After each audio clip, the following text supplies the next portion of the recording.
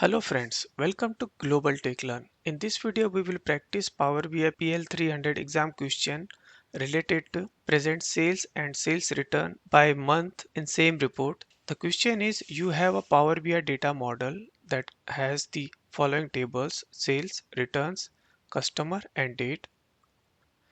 No relationship has been created. You need to view the filter sales and return by the same month at the same time.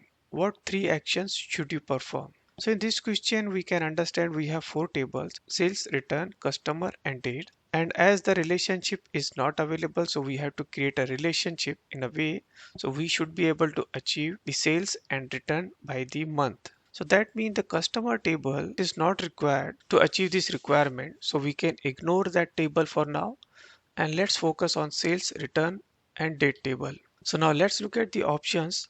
Option A is create a DAX measure that combines sales and returns. So this option say we need to combine sales and returns, and this will not work as we need to present sales and returns both separately in same report. So combine will not work. So we can ignore this option.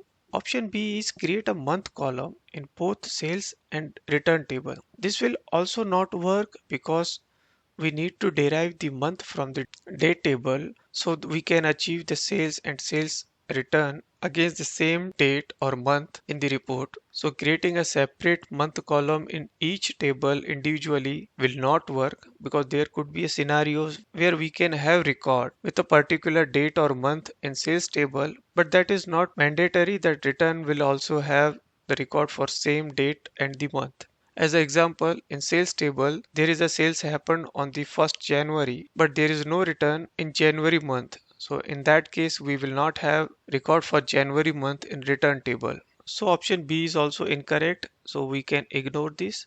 Then option C is create a relationship between sales and date. This option looks correct as we need to achieve month from date and sales quantity or amount from the sales table. So we need to create a relationship. Then option D is create a relationship between the returns and the date. So this is also a correct option as we need to create a relationship to derive month-wise returns. Then option E is select the date table and select mark as a date table. This is also correct. Usually we mark date table as the date to utilize Power BI time intelligence features. So let's exercise this case in Power BI desktop. So here in Power BI desktop, we have four tables: return, where we have return date key, return quantity and other details. Then we have date table where we have date related details like date, date key, etc. Then under sales table, we have sales date key, sold quantity, price, unit, and other details. And then finally, we have customer table where we have customer ID and customer information. Now let's go to the Power BI report view and try to create a visual given in the requirement. So here in report view, let's add one matrix. And here we need month wise sales. So let's select the month from the date. And then we need sales. So let's select sales quantity from the sales table. Then we need returns. So from return table, we can select return quantity.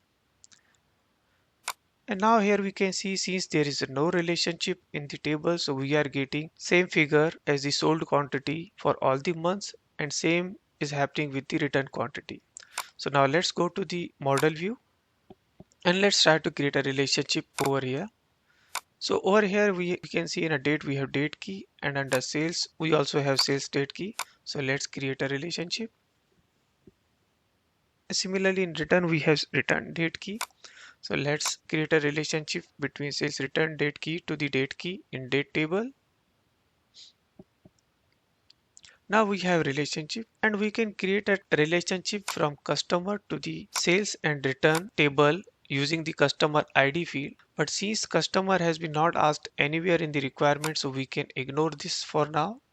And now let's mark this date table as the date table. So we can use the date features of the Power BI. And now we are done. So now let's go back to the report view. And here we can see now we are getting correct figures. For April month, we have sold quantity along with the return quantity. So with this, we have achieved our requirement. So now let's go back to our question. And here we can mark option C, D, and E as the correct answer.